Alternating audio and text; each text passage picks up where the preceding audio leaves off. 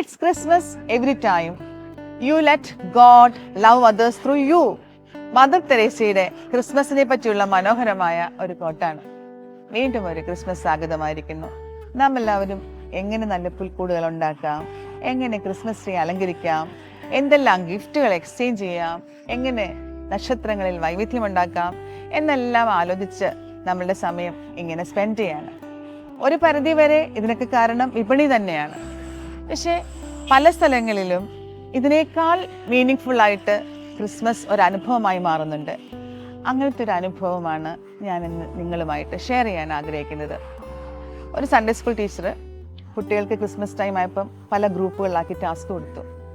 എല്ലാവരും ഒരു number of വീടുകൾ കൊടുത്തു. ഒരു 6 വീടുകളിൽ പോയിട്ട് ഗിഫ്റ്റ് എക്സ്ചേഞ്ച് ചെയ്യണം. അങ്ങനെ നമ്മളുടെ ഗ്രൂപ്പിലുള്ള 5 കുട്ടികൾ അവരുടെ ബാഗിൽ അവർക്ക് കൊടുക്കുവാനുള്ള ഗിഫ്റ്റുമൊക്കെ ആയിട്ട് അവർ ഓരോ വീടുകളിലേക്ക് പോവുകയാണ്. ഒന്നാമത്തെ വീട്ടിൽ പോയി ബെല്ലടിച്ചു, മേരി ക്രിസ്മസ് പറഞ്ഞു, ഗിഫ്റ്റ് എക്സ്ചേഞ്ച് ചെയ്തു, അടുത്ത വീട്ടിൽ പോയി. അങ്ങനെ 4ാമത്തെ വീട്ടിലെത്തിയപ്പോൾ അവരും ബെല്ലടിച്ചു. അപ്പോൾ പ്രായമുള്ള ഒരു അമ്മച്ചി വന്നു, അവരകത്തേക്ക് പോയി മേരി ക്രിസ്മസ് പറഞ്ഞു, ഗിഫ്റ്റ് കൊടുത്തു, അമ്മച്ചി മേടിച്ചു. അപ്പോൾ അകത്തേക്ക് നോക്കിയപ്പം 3 വർഷമായിട്ട് തളർവാദ രോഗം പിടിച്ച് ബെഡിൽ കിടക്കുന്ന ഒരു അപ്പച്ചനെ കണ്ടു. അപ്പച്ചൻ്റെ ഒരു ഗിഫ്റ്റ് കൊടുത്തിട്ട് മേരി ക്രിസ്മസ് പറഞ്ഞു. പക്ഷെ അപ്പച്ചനെ വരെ നോക്കിയെങ്കിലും തിരിച്ച് മേരി ക്രിസ്മസ് പറഞ്ഞില്ല. അപ്പം കുട്ടികൾക്കൊരു ബുദ്ധിമുട്ട്. അവർ വീണ്ടും അപ്പച്ചാ മേരി ക്രിസ്മസ്, പക്ഷെ അപ്പച്ചൻ തിരിച്ചു പറയുന്നില്ല. അപ്പം അതിലൊരു കുട്ടി ചോദിച്ചു, അപ്പച്ചൻ എന്താ ഞങ്ങളോട് തിരിച്ച് മേരി ക്രിസ്മസ് പറയാത്തത്? അപ്പം അപ്പച്ചൻ അവരെ നോക്കിയിട്ട് പറഞ്ഞു, ഞാൻ കുറേ നാളായി ഒന്ന് വൃത്തിയായിട്ട് കുളിച്ചിട്ട്, നിങ്ങൾക്ക് എന്നെ ഒന്ന് കുളിപ്പിക്കാവോ? കുട്ടികൾ വേഗം കൺഫ്യൂസ്ഡ് ആയി. കാരണം അവരാരെയും അങ്ങനെ കുളിപ്പിച്ചിട്ടൊന്നുമില്ല. പക്ഷേ അവരാലോചിച്ചപ്പോൾ അതിനകത്തൊരു കുട്ടി പറഞ്ഞു, നമുക്കൊന്ന് ശ്രമിച്ചു നോക്കിയാലോ. അങ്ങനെ അവരെല്ലാം പുറത്തേക്ക് പോയി. അപ്പച്ചൻ ബെഡിലാണ്, ആ ബെഡിൽ കിടത്തി തന്നെ കുളിപ്പിക്കണം. അതിന് വേണ്ട സാമഗ്രികളൊക്കെ അവർ റെഡിയാക്കി തിരിച്ചു വന്നു. ഒരു പ്ലാസ്റ്റിക് ബോട്ടിലിൽ ഹോളൊക്കെ ഇട്ട് അത് ഷവർ പോലെ വെള്ളമൊഴുക്കാനും സോപ്പും തുടയ്ക്കാനുള്ള ടവലുമൊക്കെ ആയിട്ട് എല്ലാവരും തിരികെ എത്തി.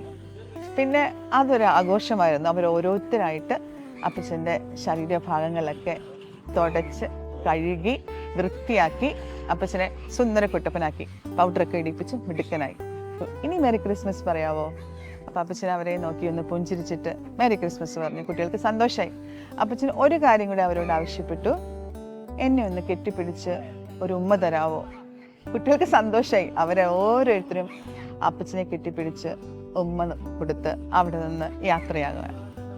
ഈ ഒരു അനുഭവം അവരിൽ കൊണ്ടുവന്നത് ക്രിസ്മസിനെ പറ്റിയുള്ള വലിയ ഒരു തിരിച്ചറിവായിരുന്നു. കേവലം ഗിഫ്റ്റ് എക്സ്ചേഞ്ചും മാത്രമല്ല, അതിനേക്കാൾ ഉപരി സ്നേഹവും കമ്പാഷനും എന്താണെന്ന് കുട്ടികൾ ഈ ഒരു അനുഭവത്തിൽ കൂടെ പഠിച്ചു. നമ്മുടെ ഈ പ്രാവശ്യത്തെ ക്രിസ്മസ് അനുഭവത്തിലും തീർച്ചയായിട്ടും ഈ സ്നേഹവും കമ്പാഷനും ഉണ്ടായിരിക്കണം. കഴിഞ്ഞ ദിവസങ്ങളിലായിട്ട് പോപ്പ് ഫ്രാൻസിസ് പറയുന്നത് പോലെ, Christmas is not a family get together, it is helping the suffering എന്ന് പറഞ്ഞ പോലെ നമുക്കും പോപ്പിൻ്റെ വാക്കുകളെ പിന്തുടരാം.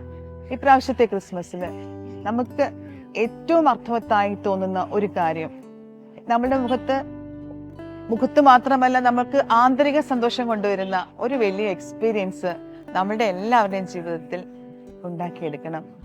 Christmas is not a time or a season, it is a feeling. എല്ലാവർക്കും മീനിങ് ഫുൾ ആയിട്ടുള്ള ഒരു ക്രിസ്മസ് ആശംസിച്ചുകൊണ്ട് നന്ദി, നമസ്കാരം.